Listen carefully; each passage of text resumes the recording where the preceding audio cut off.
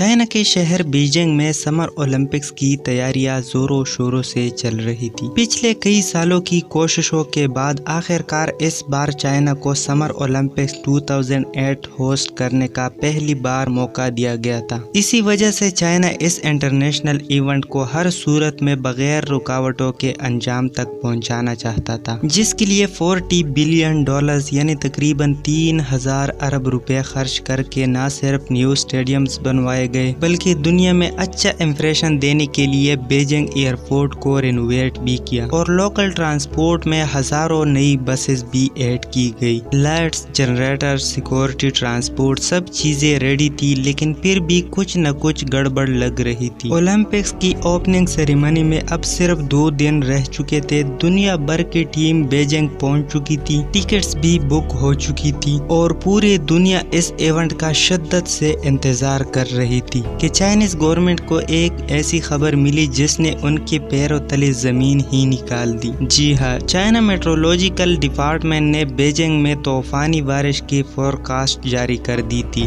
और वो भी ठीक ओलंपिक्स ओपनिंग सेरेमनी वाली दिन की। बारिश होने से पहले ही एडमिनिस्ट्रेटर्स पर यह खबर बिजली बनकर गिरी, क्योंकि जिस स्टेडियम में यह सेरेमनी होना थी वो था बीजिंग नेशनल स्टेडियम और ये स्टेडियम ओपन एयर था। यानी इवेंट पर चाइनीज गवर्नमेंट की सालों की मेहनत सिर्फ एक ही घंटे के बारिश की नजर होने वाली थी। अब इवेंट में सिर्फ एक दिन रह चुका था और सारे एडमिनिस्ट्रेटर सर जोड़कर बैठे थे कि चाइनीज गवर्नमेंट ने एक ऐसा हल निकाला जिससे बारिश भी होगी लेकिन स्टेडियम और बीजिंग की सड़कें गीली भी नहीं होगी। Welcome to the Miss TV video. इस मसले से निपटने के लिए चाइनीज गवर्नमेंट ने क्लाउड सीडिंग नामी टेक्नोलॉजी का इस्तेमाल किया और इवेंट के दिन ही जब घने बादल बीजिंग की तरफ बढ़ रहे थे उनको बीजिंग के बाहर ही बरसने पर मजबूर कर दिया, जिसकी वजह से इवेंट के वक्त आसमान बिल्कुल साफ हो चुका था। नाजरीन, क्लाउड सीडिंग एक ऐसी टेक्नोलॉजी है जिसको इस्तेमाल करके दुनिया की किसी भी हिस्से में बारिश लाई जा सकती है। ये टेक्नोलॉजी काम कैसे करते हैं, कैसे अब इंसान के पास ये पावर आ गई है कि वो कहीं भी किसी भी वक्त बारिश ला सकता है, ये जानने के लिए जरूरी है कि हम पहले यह जाने कि बारिश होती कैसे है। बारिश होने के लिए सबसे अहम चीज है सूरज। जब सूरज समंदर की सतह को गर्म करता है तो पानी इब्रेट होता है और गैस बनकर आसमान में चला जाता है। आसमान में जाते ही गैस ठंडी हो जाती है और वापस पानी बन जाती है। जी हाँ, पानी के छोटे छोटे ड्रॉपलेट्स मिलकर बादल की शक्ल बना लेते हैं, लेकिन इस बादल में ये छोटे छोटे ड्रॉपलेट्स आपस में एक दूसरे से जुड़ते नहीं है, क्योंकि ये ड्रॉपलेट्स पानी के प्योरेस्ट फॉर्म में होते हैं, यानी इनमें किसी किस्म की भी पार्टिकल्स नहीं होते। लेकिन जैसे ही इन ड्रॉपलेट्स का सामना मिट्टी के ज़रात या धुएं के पार्टिकल से होता है तो ये एक दूसरे से मिलकर बड़े ड्रॉपलेट्स बन जाते हैं और अर्थ की ग्रेविटी की वजह से जमीन पर गिरना शुरू कर देते हैं, जिसको हम बारिश कहते हैं। यह तो था बारिश का बेसिक फंक्शन, लेकिन क्लाउड सीडिंग से बारिश कैसे मुमकिन बनाई जाती है। क्लाउड सीडिंग टेक्नोलॉजी पहली बार 1946 में अमेरिकन केमिस्ट विंसेंट शोफर ने डेवलप की थी, जिसमें सिल्वर एडोटाइड नामी एक कंपाउंड को आसमान में बादलों के ऊपर स्प्रे किया जाता है, जो बादलों में मौजूद छोटी छोटी ड्रॉपलेट्स को एक दूसरे से मिलने पर मजबूर कर देते हैं और आखिरकार ये ड्रॉपलेट्स इतने हेवी हो जाते हैं कि वो बारिश बनकर जमीन की तरफ गिरना शुरू हो जाते हैं। लेकिन इस बारिश को सिर्फ रेन नहीं बल्कि आर्टिफिशियल रेन कहा जाता है। 1967 में यूएस ने वियतनाम को क्लाउड सीडिंग के जरिए शिकस्त दी थी, लेकिन सवाल यह है कि आखिर कैसे अमेरिका ने टेक्नोलॉजी के जरिए वियतनाम की आर्मी को कमजोर कर दिया था।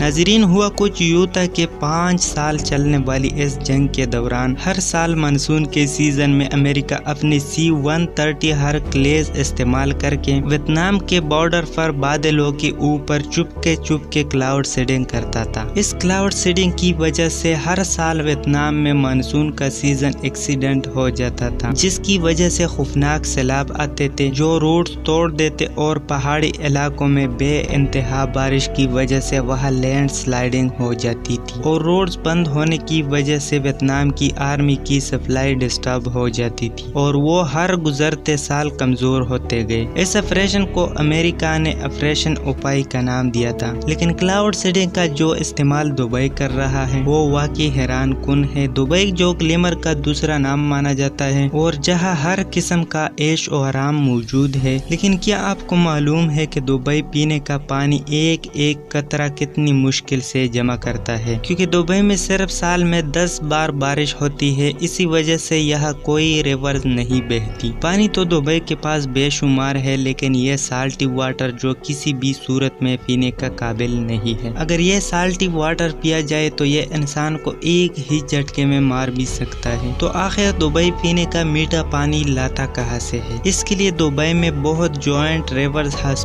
प्लांट्स लगे हैं जो समंदर के पानी में से साल्ट निकाल कर इसको पीने के काबिल बनाते हैं। लेकिन यह सब इतना आसान भी नहीं है। दिन रात चलने वाले ये प्लांट्स रोजाना लाखों नहीं बल्कि करोड़ों लीटर पानी तो फिल्टर करते हैं, लेकिन साथ साथ बेशुमार बिजली भी कंज्यूम करते हैं, जिसकी वजह से 1000 लीटर पानी फिल्टर करने की कास्ट दुबई को $60 यानी 4500 रुपए पड़ती है। इस खर्चे से बचने के लिए दुबई पीने का पानी भी क्लाउड सीडिंग के जरिए इकट्ठा करता है। जी हाँ, दुबई में हजर के पहाड़ों में एक डैम बनाया गया है जिसके ऊपर आसमान में दुबई गवर्नमेंट क्लाउड सीडिंग करता है। जब बारिश होती है तो बारिश का कतरा कतरा पहाड़ों से स्लाइड करता हुआ समंदर में जाने के बजाय इस डैम में इकट्ठा हो जाता है, जो न सिर्फ पीने का काम आता है बल्कि दुबई इस पानी से बिजली भी प्रोड्यूस करता है। जहाँ फिल्टर प्लांट्स में 1000 लीटर फिल्टर करने का खर्चा 4500 रुपए आता था, वही क्लाउड सीडिंग से ये काम सिर्फ 75 रुपए में हो जाता है। नाजरीन, अगर ये वीडियो आपको अच्छी लगी हो तो इस वीडियो को एक लाइक और हमारे चैनल मिस टीवी को जरूर सब्सक्राइब करो। मिलते हैं नेक्स्ट वीडियो में।